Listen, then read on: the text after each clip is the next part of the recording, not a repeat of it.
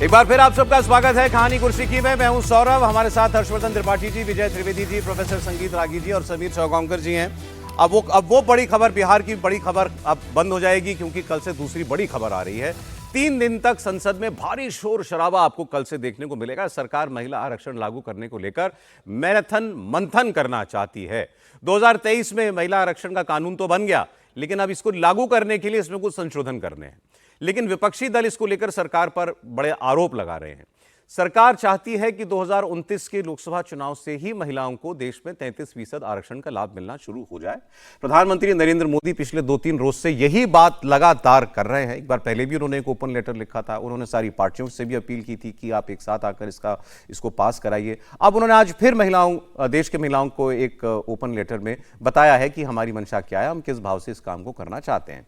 अब जो इसका विरोध हो रहा है अपोजिशन पार्टीज का, हालांकि किसी पार्टी ने अभी तक खुलकर नहीं कहा है कि हम इसका समर्थन नहीं करेंगे, क्योंकि उनके समर्थन के बिना ये संविधान संशोधन पारित हो नहीं सकते। राज्यसभा में और लोकसभा में दोनों जगह 2/3 बहुमत की जरूरत सरकार को इस बिल को पास कराने के लिए पड़ेगी। और पहले जब 2023 में भी ये पास हुआ था तो ये आम सहमति से ही पास हुआ था। अब इस बार जो आरोप है वो ये कि सरकार हड़बड़ी में बंगाल के चुनाव में फायदा उठाने के लिए अपने मन का डिलिमिटेशन कराने के लिए, दक्षिण के राज्यों की तुलना में उत्तर भारत के राज्यों में ज्यादा सीटें बढ़ाने के लिए, वो भी जातिगत जनगणना से मुंह चुराने के लिए, इन सब वजहों से इसको हड़बड़ी में लेकर के आ रही है। अब इनके जवाब कई बार दिए भी जा चुके हैं, लेकिन मैं आपको कुछ बयान सुना देता हूं। वो थोड़ा खतरनाक टेरिटरी में जो है ये बयान चले गए हैं, इसलिए इसको जानना जरूरी है।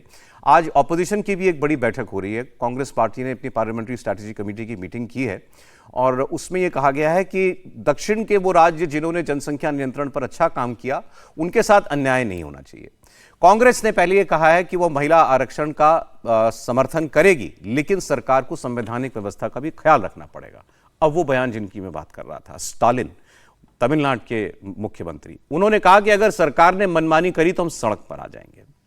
रेवंत रेड्डी, तेलंगाना में कांग्रेस के चीफ मिनिस्टर, उन्होंने कहा कि खूब हंगामा हो जाएगा, सरकार को हम चेता रहे हैं। ऑपोजिशन कहती है कि सरकार ने जो हमें बिल की कॉपी दी है उसमें कहीं ये बताया ही नहीं है कि वो किस राज्य में कितनी सीटें, देश में संसद में कितनी सीटें बढ़ाना चाहती है।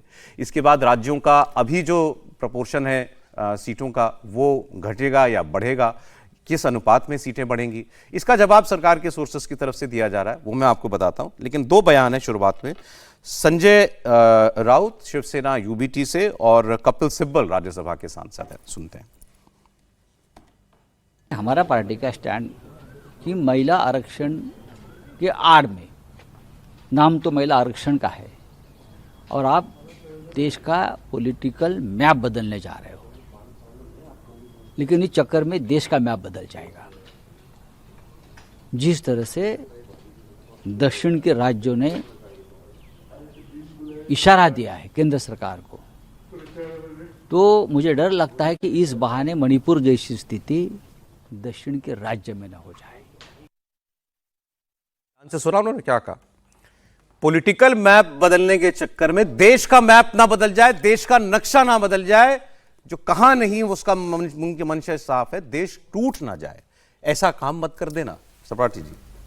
नहीं, खतरनाक है भाई। पता नहीं नेता लोग इस तरह से कैसे सोच पाते हैं। और ठीक है, अगर आपको लगता है कि किसी पे विरोध करना है, किसी भी हद तक जाकर विरोध करिए, लेकिन वो तो साफ साफ देश को कमजोर करने, देश को तोड़ने की बात कर रहे हैं। और जो अगर हम इसकी बात करें कि कितनी सीटें बढ़ेंगी, किस राज्य की कितनी सीटें होंगी, तो जाहिर है उसी अनुपात में बढ़ेंगी। और जो लोग ये कह रहे हैं कि कम, जहां जिन लोगों ने प्रजनन दर जहां कम हो गई, जिन्होंने जनसंख्या काबू में की, अरे भाई सब जनसंख्या काबू में ही कर रहे हैं, इसको भी जरा समझना पड़ेगा। सारे के सारे लोग जनसंख्या काबू में कर रहे हैं, किसी का कम है किसी का ज्यादा। तो क्या उसके लिहाज से हम ये कहें कि अगर मुसलमानों की जनसंख्या ज्यादा है फिर भी उनको काट के उसके बराबर सीटें दे देंगे? मतलब ये हो सकता है? संभव है क्या?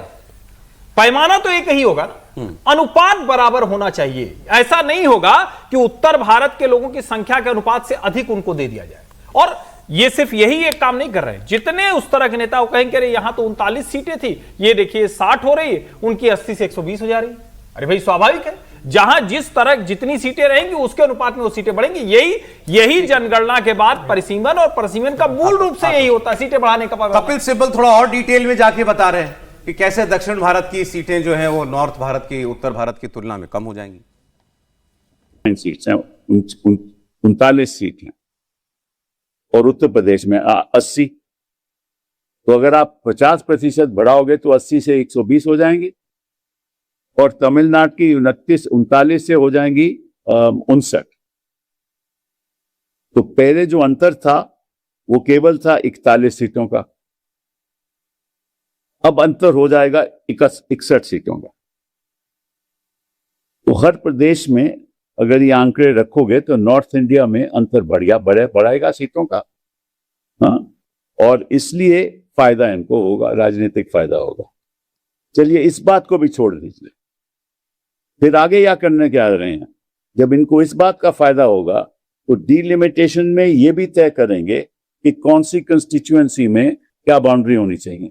यही डिलिमिटेशन की एक्सरसाइज होगी, वो भी इनके हाथ में है, बिकॉज इनके हाथ में दोनों बातें करते हैं इन्होंने। चलिए अच्छा किया कपिल सिब्बल साहब ने जो एग्जैक्ट इसका जो विरोध हो रहा है किस मुद्दे पर, उसको उन्होंने बड़ा अच्छे से एक्सप्लेन कर दिया, स्पेसिफाई कर दिया। मैं थोड़ा सा उसको और बता देता हूं आपको। सरल भाषा में आरोप ये है, जो दक्षिण भारत के लोगों का आरोप ये है कि मान लीजिए जो इन्होंने बताया ना कि भाई इतनी सीटें तमिलनाडु की और यूपी की, पहले अंतर इतना था, अब अंतर बढ़ जाएगा। उसको आप सोचिए कि percentage share of seats in Lok Sabha, किस राज्य की अभी कितनी परसेंटेज सीट्स हैं और बढ़ने के बाद कितनी हो जाएंगी। तो इसी अनुपात में अगर बढ़ाया जाए, 1.5 गुना कर दिया जाए, यूपी का 80 का 120 कर दिया जाए, वहां 39 का 59 कर दिया जाए, तो साउथ का जो प्रोपोर्शनल शेयर था 543 सीट्स में, वो था 24.3%। और अगर आप इस नई पॉलिसी पर जाएंगे, या इस जो आप कह रहे हैं कि हमने भाई 1.5 गुना यहां किया, तुम्हारा भी 1.5 गुना कर दिया, उस लिहाज से दक्षिण भारत का शेयर हो जाएगा 20.7%। ओवरऑल लोकसभा की सीट में जो मेजॉरिटी मार्क है उसको उस वहां पर उत्तर भारत का जो है शेयर है वो बढ़ जाएगा, आसान हो जाएगा। अगर उत्तर भारत में कोई पार्टी बेहतर करती है तो उसको मेजॉरिटी मार्क पे आ जाना। सरल भाषा में ये वो आरोप लगा रहे हैं। अब हाँ, एक इस पे सरल भाषा में, उत्तर भारत का कहां चुनाव होता है? नहीं, आप में से कोई, आप सब लोग विद्वान व्यक्ति हैं, मैं लगातार देख रहा हूं, मैं तो समझ नहीं पाता हूं कैसे विमर्श खड़ा कर दिया जाता है। उत्तर भारत कौन सी जगह है जहां चुनाव होता है, जहां की सीटें, आप भी समझ गए, उनका कहना है बीजेपी जहां स्ट्रांग है। नहीं भाई, हम नॉर्थ में स्ट्रांग है। अभी हम बिहार से यहां पहुंचे हैं जहां पहली बार भाजपा का मुख्यमंत्री बना है। अब ये उनका आरोप है, अब ये उनका आरोप है भाई हमारा अगर शेयर इतना था इस पार्लियामेंट में, तो अगली पार्लियामेंट में भी सीटें बढ़ने के बाद भी इतना ही शेयर। और जो डिलिमिटेशन की बात है, डिलिमिटेशन पर सरकार का एक कहना, अच्छा ये आरोप कि भाई बताया नहीं कितनी आप सीटें बढ़ाने जा रहे हो, बिल में कहीं नहीं है, तो सरकार के सोर्सेज ये कहना है कि वो हम बता भी नहीं सकते क्योंकि ये काम डिलिमिटेशन कमीशन का है। कितनी सीटें बढ़ेंगी ये वही तय करेगा। और जहां तक मेरी जानकारी है, डिलिमिटेशन कमीशन के फैसले को तो चैलेंज भी नहीं किया जा सकता। हाँ, कहीं कोर्ट में चैलेंज नहीं किया जा सकता। बिल्कुल, इस आरोप में कितना दम है जो लग रहा है? नहीं, मुझे लगता है विपक्ष ये लगाएगा। और जिस तरीके से रेवंत रेड्डी ने अभी स्टैलिन को पत्र लिखा है, उन्होंने तमिलनाडु के मुख्यमंत्री को पत्र लिखा है और कह रहे हैं कि दक्षिण को इकट्ठा आना चाहिए इसके खिलाफ, तो मुझे लग रहा है कि कहीं ना कहीं कांग्रेस इसे उत्तर बनाम दक्षिण की एक लड़ाई के रूप में लेके जाना चाहती है और बताना चाहती है कि भाई दक्षिण के साथ बहुत ज़्यादा अन्याय होगा। मुझे लगता है वो दक्षिण के लोगों को एक भड़काने का काम इस मामले में कर रही है। ठीक है, सरकार के खिलाफ अगर कोई प्रश्न है, कोई आरोप है, तो आप 3 दिन के इसमें चर्चा कर सकते हैं। सरकार का बहुत स्पष्ट कहना है कि भाई लगभग 850 सीटें बढ़ेगी, 815 सीटें राज्य से बढ़ेंगी और 35 सीटें जो बढ़ेंगी वो केंद्र शासित प्रदेशों से बढ़ेंगी, तो टोटल 850 सीटें बनने वाली। अभी 816 का सरकार ने आंकड़ा लगभग तय किया हुआ है। तो मुझे लग रहा है कि उसके अंदर फिर आप यह कह देना कि दक्षिण के साथ भेदभाव होगा, फिर देश का नक्शा बदल सकता है। सोनिया गांधी का यह कह देना कि भाई कोटे के अंदर कोटा लेकर आओ, नहीं लेकर आओगे तो ओबीसी के साथ आप अन्याय करोगे, तो आप ओबीसी को भी भड़काने का काम कर रहे हो पूरे देश के अंदर, और दूसरी तरफ आप दक्षिण के लोगों को भी अलग करने का काम कर रहे हो। 3 दिन की अगर सरकार ने विशेष सत्र बुलाया तो सरकार चाहती है कि 3 दिन पूरी चर्चा हो, लोकसभा और राज्यसभा के अंदर वोटिंग हो, और 3 संशोधन होने वाले हैं। 131वां संविधान संशोधन का एक बिल इसके अंदर पास होने वाला है। नया परिसमन कानून जो बनेगा उसका बिल पास होगा, और जम्मू कश्मीर, पांडिचेरी और दिल्ली में महिलाओं को महिला आरक्षण लागू करने के लिए एक बिल पास करेंगे। ये 3 बिल इस बार विशेष सत्र में पास होने वाले हैं। तो मुझे लग रहा है जब प्रधानमंत्री मोदी ने कहा कि 2029 से लागू करना है, तो सारे पार्टी को सहयोग करना चाहिए। आपकी आपत्तियां हैं, आप चर्चा करें, सरकार उस पर विचार करेगी और लागू करेगी। मुझे लगता है इसमें सबसे जरूरी है कि महिलाओं को 33% का आरक्षण दिया जाए। एक बात ऐसी लगती है जिस पर कोई इसके विरोध का आधार, कोई मजबूत आधार बनाया जा सकता है, या अगर आप यूं भी कह लीजिए कि अगर किसी बहाने इस बिल को पास नहीं करने देना या समर्थन नहीं देना सरकार को, तो वो उस एक वजह को, उस ऐतराज को बड़ा बनाया जा सकता है। आपको क्या लगता है सर? ये ऐतराज़ तो बहुत बड़ा है। एक तो आपने जब ये इसको शुरू की अपनी भूमिका, उसमें आपने इस पूरे बिल का और पूरे सेशन का जिस्ट बता दिया। आपने कहा कि 3 दिन मैराथन मंथन होने वाली है, मैराथन मंथन ही होने वाली है, बिल तो पास हो नहीं रहा। नहीं होगा। हाँ, ये आपने खुद ने बताया, तो मैं आपसे सहमत हूँ। कांग्रेस नहीं सपोर्ट करेगी? कोई सपोर्ट नहीं करेगा। मतलब जितने दल जो नॉन बीजेपी दल हैं, चाहे वो डीएमके हो, लेफ्ट हो और पार्टीज हो, ठीक है। अब कांग्रेस पॉलिटिकल पार्टी के हिसाब से छोड़ दीजिए। जो संजय राउत ने बयान दिया वो खतरनाक बयान है। मैं उससे सहमत नहीं हूँ कि आप कहें कि देश का नक्शा बदल जाएगा, और ये वो पॉलिटिकल बयान है, लेकिन मैं उससे सहमत हूँ। आप सोचिए कि साउथ और नॉर्थ का जो सेंटिमेंट है ना, उसकी वजह से 2001 में वाजपेयी जी को ये जो काम था डिलिमिटेशन का, वो 2026 तक पोस्टपोन करना था। तो ये आज का झगड़ा नहीं है ना, ये बड़ा झगड़ा, और इतना हुआ कि 25 साल आपको उसको टालना पड़ा। फिर आपने बताया कि जो फैक्ट्स पर बात कर रहे हैं कि क्या हो रहा है, आपने कहा कि परसेंटेज, एक तो परसेंटेज बहुत कंफ्यूजिंग टर्म है कि 50% का मतलब इवन हो गया। आपको 100 रुपये मिलते हैं, मेरे को तनख्वाह 100 रुपये मिलती है रोजाना की, तो मेरी 150 रुपये हो गई, और आपको 1000 रुपये मिल रही थी तो वो 1500 रुपये हो गई। तो उसमें जब डिफरेंस होगा वो तो बहुत बड़ा हो जाएगा ना, भले ही 50% करो, एग्जैक्ट डिफरेंस बढ़ जाएगा। एग्जैक्ट डिफरेंस बढ़ जाएगा। दूसरा, आपने उसको परसेंटेज के हिसाब से भी बताया, तो जो 24.7% था वो 20.5% पर आ गया, तो 5% तो वहीं कम हो गया है। तो जो साउथ के स्टेट अगेन सर मैं एक इसमें वो लगा दूं, मैं कैविएट लगा दूं, क्योंकि फिर कोई ये ना आरोप लगे कि भाई इसमें गलत बयानी हो गई। सरकार ने कहीं अभी तक नहीं बताया है कि हम कितना बढ़ाएंगे सीटों को। ठीक है, वो ये कह रहे हैं कि 850 सीटें आउटर लिमिट है, जो अंदाजन हम लगा रहे हैं, अंदाजे पे बात कर रहे हैं, कोई सरकार की हुआ तरफ से कोई इन्फॉर्मेशन नहीं है। और सरकार जब ये बिल ला रही है तो उसमें स्पष्ट करना चाहिए, तभी तो वो संतुष्ट होंगे ना। सरकार संतुष्ट कर सकती है कि भाई देखिए आपके भी इतना बिल एमपीज बन रहे हैं, इतनी सीटें बढ़ रही हैं, उत्तर की भी बढ़ रही हैं, दक्षिण की भी बढ़ रही हैं, पूर्व की बढ़ रही, तो बिल ये बहुत बड़ा परिवर्तन है पॉलिटिकल मैप का। पॉलिटिकल मैप का मतलब पार्लियामेंट्री मैप का एक ये भी बड़ा ऐतिहासिक बदलाव है। ये बहुत, इसको इतना जल्दी मत करिए कि ये जल्दी होने वाली बात है ये। और यदि इसको आपने जल्दी किया तो मतलब वाकई बात वो हो सकता है। सरकार को इस पर अभी और कंसेंसस बनाने की मेरे ख्याल कोशिश से करनी आपने चाहिए। जो बात की है उसको सरकार को समझना चाहिए कि मैराथन मंथन करें 3 दिन। अच्छा चलें, ठीक है सर। अब फिर दूसरी बात सर आगे, अब बिल तो लाया जा रहा है।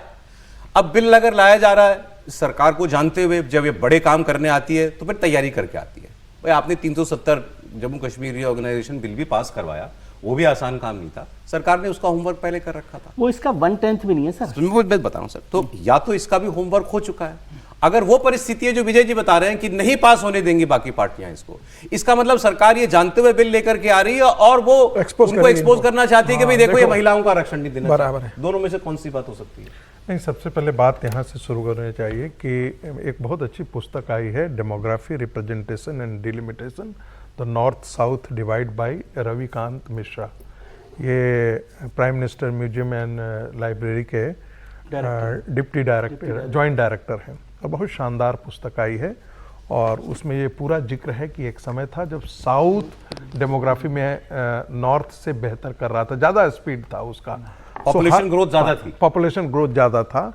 तो ये कभी उधर ज़्यादा रहा है, अब बाद में इधर ज़्यादा हो गया है। तो इस पर थोड़ा सा इसको हम लोग बहुत लेमैन की तरह बात करते हैं, इस पर कोई रिसर्च करके कोई बात नहीं करना चाहता है। मुझे लगता है उस पुस्तक को इस डिस्कशन में लाना चाहिए देश में, यदि इस पर चर्चा हो रही है तो। एक दूसरी बात कि क्या ये डिलिमिटेशन पहली बार हो रहा है? यदि कपिल सिब्बल और श्रीमती सोनिया गांधी, जिन्होंने कल लेख लिखा, और उनके गुर्गे जो लेख लिखे कि डिलिमिटेशन से भारतीय जनता पार्टी, तो क्यों ना आरोप लगाया जाए कि पंडित जवाहरलाल नेहरू, जो कपिल सिब्बल के पता नहीं कौन थे, मुझे नहीं मालूम है, 1952 में किए थे तो डिलिमिटेशन धंधा करने के लिए किए थे, 62 में किए थे तो धंधा करने के लिए किए थे, और 72 में किए थे तो कांग्रेस पार्टी राजनीतिक धंधे के लिए कर रही थी, अपने आप को बढ़ाने के लिए कर रही थी, जीतने के लिए कर रही थी, पॉलिटिकल करप्शन के तहत कर रही थी, जो भारतीय जनता पार्टी पर लगभग एक आरोप लगाया जा रहा है कि भाई आप इसलिए कर रहे हैं ताकि आप नॉर्थ इंडिया में आप इलेक्टोरली बहुत अच्छा करते हैं, तो आपको साउथ इंडिया के वोट की जरूरत ही नहीं पड़ेगी सरकार बनाने के लिए। मूल बात यह है, उनको डर ये है, यही डर है कि भाई साउथ इंडिया पर आपकी डिपेंडेंस खत्म हो जाएगी। अरे भाई, तो तुम बेसिक प्रिंसिपल, तुम इस संविधान के ज्ञाता हो, एक कॉन्स्टिट्यूएंसी का रिप्रेजेंटेशन दूसरे कॉन्स्टिट्यूएंसी का रिप्रेजेंटेशन ऐसे कैसे हो सकता है? नहीं हो कि सकता, 20 लाख का और 10 लाख का रिप्रेजेंटेशन 543 सीटें कब से हैं हमारे एक बात और नहीं, एक अंतिम एक बात बहुत जोर देना चाहता हूं। एक्चुअली क्या है, जो सीटों की संख्या है वो की डिलिमिटेशन कमीशन तय करती है, सरकार नहीं तय करेगी। विजय जी जो एक कह रहे सर 543 कब बनी थी सीटें? 70 में बन गई, 70s में 72 में 73 में बना था। मोटा देश में 50-55 साल से इतनी सीटें हैं, नहीं हुआ उसके बाद ना। संविधान तो ये कहता है हर सेंसस के बाद डिलिमिटेशन होना चाहिए। हमारे देश में 55 साल से सीटें नहीं बढ़ाई गई हैं, सीटें बढ़ाने का वक्त आ गया है।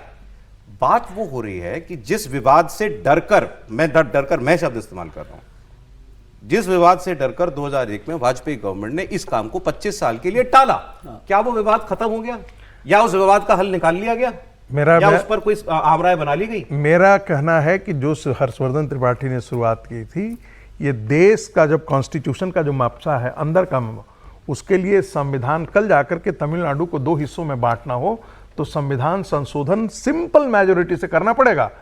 ये साउथ नॉर्थ का डिवाइड जो है वो कहां पर है? क्या इस देश के अंदर संविधान के अंदर है साउथ नॉर्थ का डिवाइड?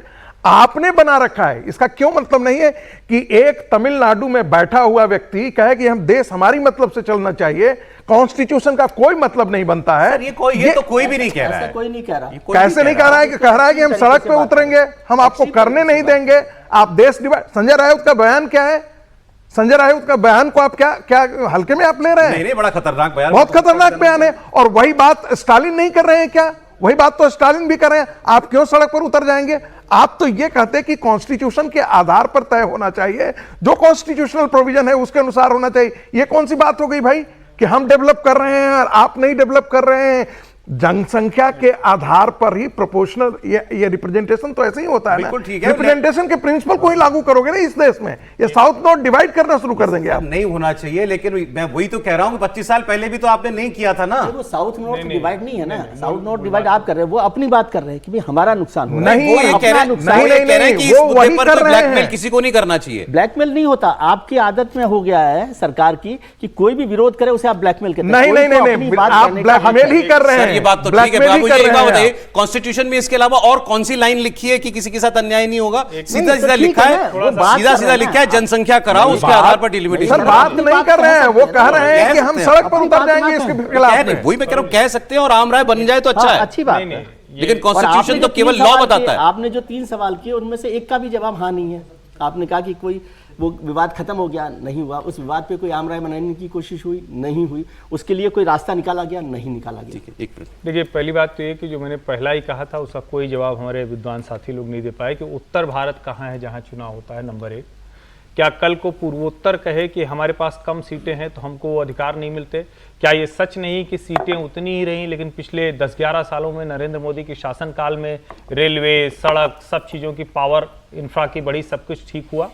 फिर केरल कह दे कि अच्छा तमिलनाडु बहुत बड़ा है, हम तो बड़े छोटे हैं। कहाँ डिबेट को हम ले जाना चाह रहे हैं? और जब फर्टिलिटी रेट की बात कर रहे हैं तो क्या हम इसकी बात नहीं करते हैं कि देश के सबसे विकसित राज्य कौन से हैं? तो तमिलनाडु, कर्नाटक और तेलंगाना, आंध्र प्रदेश, इनकी बात हम करते हैं ना। तो वहां तो जनसंख्या कम है, इसके हिसाब से प्रति व्यक्ति आय भी वहां ज्यादा है, इसके हिसाब से अवसर भी वहां ज्यादा है। तो क्या हम कहें कि नहीं ऐसा नहीं होना चाहिए? मुझे लगता है डिबेट ही गलत दिशा में, पूरी पॉलिटिकली मोटिवेटेड डिबेट है और कोई विवाद नहीं है। विवाद खड़ा करने की कोशिश हो रही है। मैं फिर कह रहा हूं, हर व्यक्ति आज के समय में आप देखिए तो बच्चों की जो स्थिति है, जनसंख्या की स्थिति है, वो धीरे धीरे सब जगह कम ही हो रही है। उधर डिबेट में सर आगे बहुत सारी खबरें। पवन खेड़ा जी वाली खबर दे दीजिएगा जरा।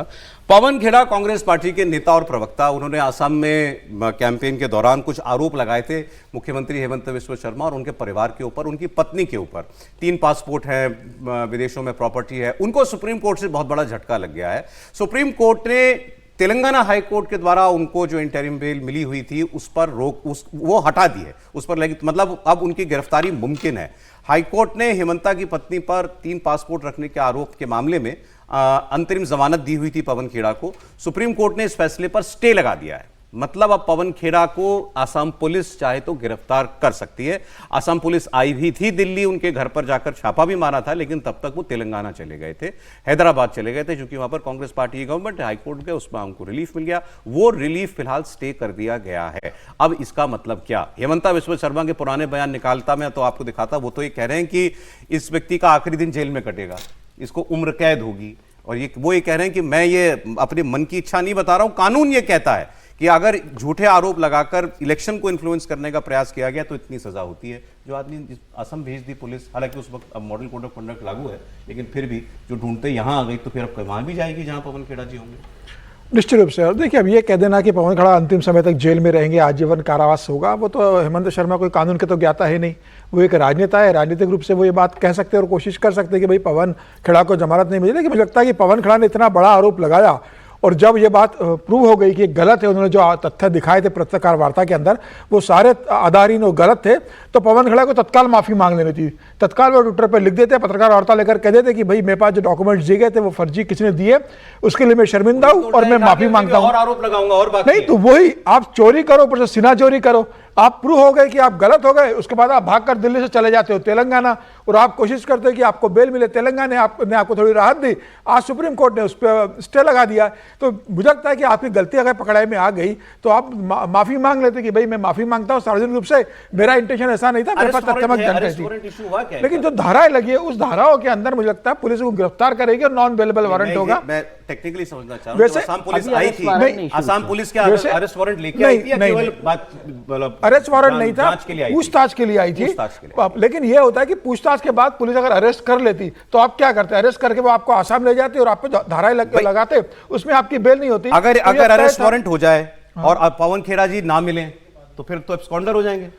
हाँ, पहले नोटिस भेजा जाएगा सब जगह, उसके बाद उनको आप घोषित करोगे, तब तक पवन खेड़ा सुप्रीम कोर्ट में कोशिश करेंगे कि मैं आसाम पुलिस के सामने आपको लगता है हेमंता जी यहां तक जाएंगे, बात को ले जाएंगे? ये वाला बड़ा कराइए ना स्क्रीन पे जो प्रेस कॉन्फ्रेंस कर रहे हैं पवन जी, क्या लिखा है उस पे? ये पूरी स्क्रीन जो है, पहले वाला जो था वो स्क्रीन पे एक तरफ हेमंत शर्मा है, एक तरफ उनकी पत्नी है, बीच में लिखा है वो बंटी और बबली हो गए फरार। तो दृश्य हटा दीजिए, सिर्फ पवन खेड़ा जी अभी फिलहाल उस अवस्था में है।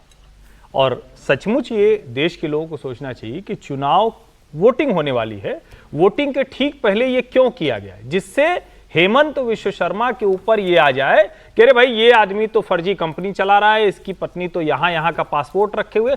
मैं ये कहता हूँ नेताओं पर इतने तरह के मामले होते हैं, इतने भ्रष्टाचार, इतनी संपत्ति, इतनी कंपनी की, सब सही भी लगने लगता है। तो चुनाव के ठीक पहले ये जो कोशिश पवन खेड़ा जी ने की थी, कम से कम कुछ तो हिसाब किताब ढंग का लेके आए थे, तो जाहिर है फिर तो हेमंत विश्व शर्मा उसका उसी तरह से जवाब। वैसे आपको बताऊं, ये भी मतलब कितना होता है, मैंने कोई कानूनी केसेस के अध्ययन नहीं किया है, लेकिन ऐसा रिलीफ अगर कोई कोर्ट देता है तो वो रिलीफ हटना भी इतना आसान नहीं होता।